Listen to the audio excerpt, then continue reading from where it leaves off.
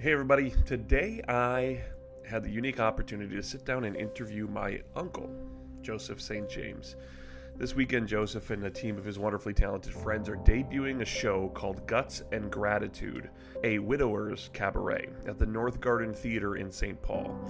It's a fundraiser for the Paul James Pfeiffer Foundation in honor and in memory of my other uncle, Paul. Some of you may remember the beginning of this story, one that forever changed my family's lives on June 12th, 2021. AJ, as you know, that blew up all of our lives. And I frankly wasn't sure I was going to live through it. It was horrendous. I witnessed Paul's murder, and it really knocked me over, knocked our whole family over. Luckily, I had all of you to be so strong for me. Before that time, though, Paul had suffered from mental illness his entire adult life, but he took it on. You know, he's not better than other people with mental illness. They get different levels of mental illness, and his was at a level where he could take it on, and we learned how to deal with it, and he was able to hold a great job and manage people and had a good marriage and was a good citizen and friends. And the man that killed him was our neighbor. We weren't connected in any way, and the man that killed him had a much more severe illness, and the people that were charged to take care of him, in my opinion, didn't. That doesn't include his loved ones.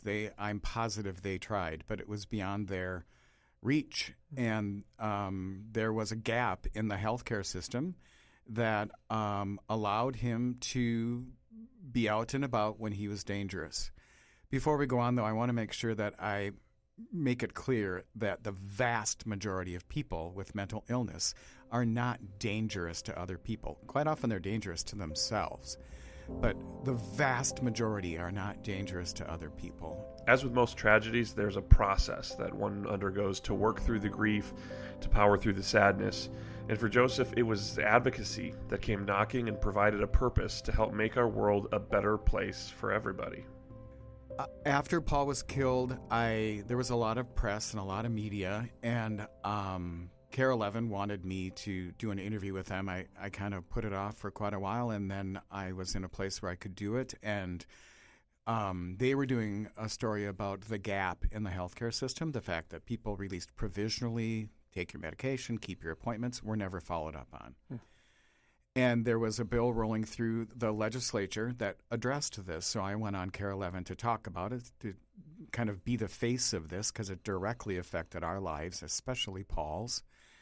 And a couple days later, I got a call from legislators. I've never had legislators call me before. I thought maybe I was in trouble or something. But they asked me to help them with pass this bill. So I did a couple more interviews, and frankly, it helped me stand up straight. It got me off my basement floor with the vodka in my hand and comb my hair and put on a tie and get out there and do something for good in my husband's name. And the bill passed. It was the first one of its kind in the country. It passed 3 minutes before the end of the session on March 22nd, 2022. And I was at the bill signing with Governor Walz on June 13th, 2022, 1 year and 1 day after Paul was killed. So in keeping that motion going about advocating for persons with mental illness, I had to come to grips. The very first thing I had to come to grips with is I have to include Christopher Rice, who was the man that killed my husband. I can't leave him out of my advocacy work, or it's not real. And so I needed to come to terms with that. I do believe with all my heart, and I believe it's divinely inspired, that I don't hate this man. I really sincerely don't.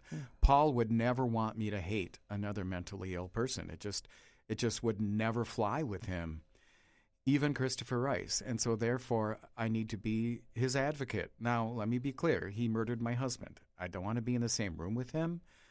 I have a lot of feelings about everything that happened, and I see it just as horrendous as everybody else. But I also see it done by a man that was very sick. I asked the professionals once, is there a big difference between him doing this when he was having a seizure? He was having a psychotic break, got in the car, ran over my husband intentionally. Is there a big leap there from that happening if somebody had a seizure behind the wheel? And they said, no, it's not a very big leap. The thing is that if we focus on him being an evil person instead of a sick person, we never address the real problem, which is that we as a society, in my opinion, do not hold mentally ill people to have the same intrinsic value as everybody else. If we did, we'd serve them better. If we thought they had the same intrinsic value as somebody with heart disease, we'd serve them better. And I know that from the way my husband was treated when he would get sick. His illness wasn't as severe as Christopher Rice's, so we were able to jump through some of those hoops. But it was clear to me when I would go to the hospital with him and when I would care for him that the people at the hospitals worked really hard, but overall the system they thought it was kind of their fault, and because their symptoms are icky and stinky and sometimes violent, mostly to themselves. So that's where we start. Game one, mentally ill people have the exact same intrinsic value that God gave all of us. No debate. Yeah. It just is. And so I had to get through that piece personally, and then I could do more of this advocacy work. So fast forward to 2023, and we have the birth of the Paul James Pfeiffer Foundation. I and some dear friends and family members formed the Paul James Pfeiffer Foundation. And I think Paul chuckles a little bit when he hears that because he knows that that's too long of a name, that it's too late. We already formed it. If we form another foundation, the name will be shorter. But the Paul James Pfeiffer Foundation for mental health advocacy. And our first fundraiser, like AJ said, is this coming weekend, October 26th, 27th, 28th, and 29th at the North Garden Theater on 7th Street in St. Paul, just down the block from Shamrocks. I just gave them a plug, I think, but yeah. Hey, located. They'll everybody get knows people where there, Shamrocks right? is. Yeah.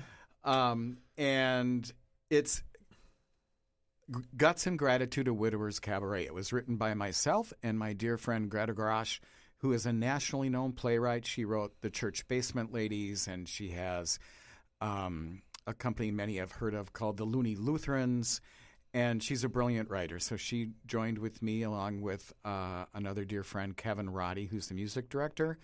He is Sweet Keys dueling pianos and was at the Shout House for years. And Kevin composed the first national tour of a musical that I did. So both very, very talented, well thought of folks. And we created this show, which is basically the story of my life with Paul Pfeiffer, including his murder and including recovering from that. I'm still in recovery from it, as we all are. AJ, you are too. Yeah. It happened to all of us. And what a blessing it was to have this advocacy work to grab onto, because if I didn't have that, I would have died of alcoholism by now. And it's so important. Paul and I used to live very close to a facility that had mentally ill people living there. And when we first moved in, it's in St. Paul, I'd see them walking down the sidewalks and I'd get nervous and I'd cross to the other side because they scared me. And then after Paul got sick the first time and I realized how incredibly vulnerable mentally ill people are, then when I saw them, I was concerned for them. I wanted to protect them. I wanted to protect them from the people that were like I used to be. So I think me caring for him when he was sick was my training for this. And it was God-given. Yeah. And it's created a passion in me. And pretty much the only thing I can do is sing and be funny. Thank God that, my mission didn't include me doing spreadsheets because that would never have flown. But I can sing and I can be funny and I can tell a story in a pretty poignant way. And so that's what we created. And if you come to the show, the tickets are $40 a piece. If you go to thepauljamespfeifferfoundation.org and click on events, thepauljamespfeifferfoundation.org. Click on events, and then you can buy a ticket. 50% of the ticket is write-offable, but you can also donate from that website, and you can donate at the show. Come and listen to me. If I'm terrible, no, donate no matter what. Don't base it on if I'm Support terrible the or cause, not. Yes. But yeah. It's going to be fun. I know it sounds very strange that I am going to perform about this horrendous time, and I'll be really honest. The reason that it works is the brilliant Greta Grosh. I just told her this last night in rehearsal. I stopped everything and I looked at her and I'm like, "You are so good," because she leads us with her writing into a space of talking about a love story and really funny things, and then an actual murder, and then recovering from that, and coming out on the other end. And so it sounds like we could never do it, and we do it. Thank God for her. She's just brilliant. I know I might be a little prejudiced, but I think the show is brilliant, and I would love to see everybody there. I would love to sell out. So please buy your tickets so we sell out, so then the next people that come to buy tickets and can't just donate. That's the plan. Rest assured that the show will be entertaining. A lot of talented people are working on this. It will be funny. It will be sad. It will tug at your heartstrings, and it will hopefully provide hope for our world. That's the whole purpose. That's the goal. That's the story that is being told. Well, let's let Joseph tell you a little bit about it. We don't shy away from anything, including jokes. We don't shy away from that either. We have two characters one playing grief and one playing trauma. Yeah. And two very big parts of this story. Exactly. And I get to tromp them in the show, which is fantastic. Yes. So. And it's all for an amazing cause. Again, the Paul James Pfeiffer Foundation for Mental Health Advocacy. Close. It's right there. Right. Again, I appreciate you, Uncle Joe, for many reasons. You have loved me. Paul loved me unconditionally. Absolutely. And this is a wonderful way that you kind of... I remember where I was when you were born. I'm sure you do. I was in my friend's remember things about me that I don't know. House sitting. Your dad called me. What I see in this is an extension of that love. Right, familial love. Your nieces and nephews, you love them no matter what trouble we get into or help we need. You are there for us to support us. But what this is this is an extension of that. This is a love that goes beyond that familial bond, where you're just kind of supposed to do it, and it doesn't always happen that way. But you're taking that through this experience, and you've kind of walked us through how that happened and where that came from and how this grew out of this, and it all is because mainly Paul would want this, and Paul would want it, and it's not because I'm such an awesome person. Believe me, I can be a crabby guy like everybody else. Yeah. I truly believe it's divinely inspired. It's to honor my husband, who I loved more than any other human on the face of the planet, and it's divinely inspired. I can't tell you why I don't hate the man that killed my husband, but I don't. So yeah. It's an extension of that love, the divinely inspiration, all these things that you factor into that.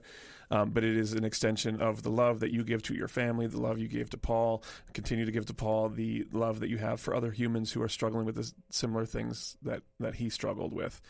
And it's bigger than you. It's bigger than our family. It's a community problem in our country. It's a gigantic problem. It's a problem in our world.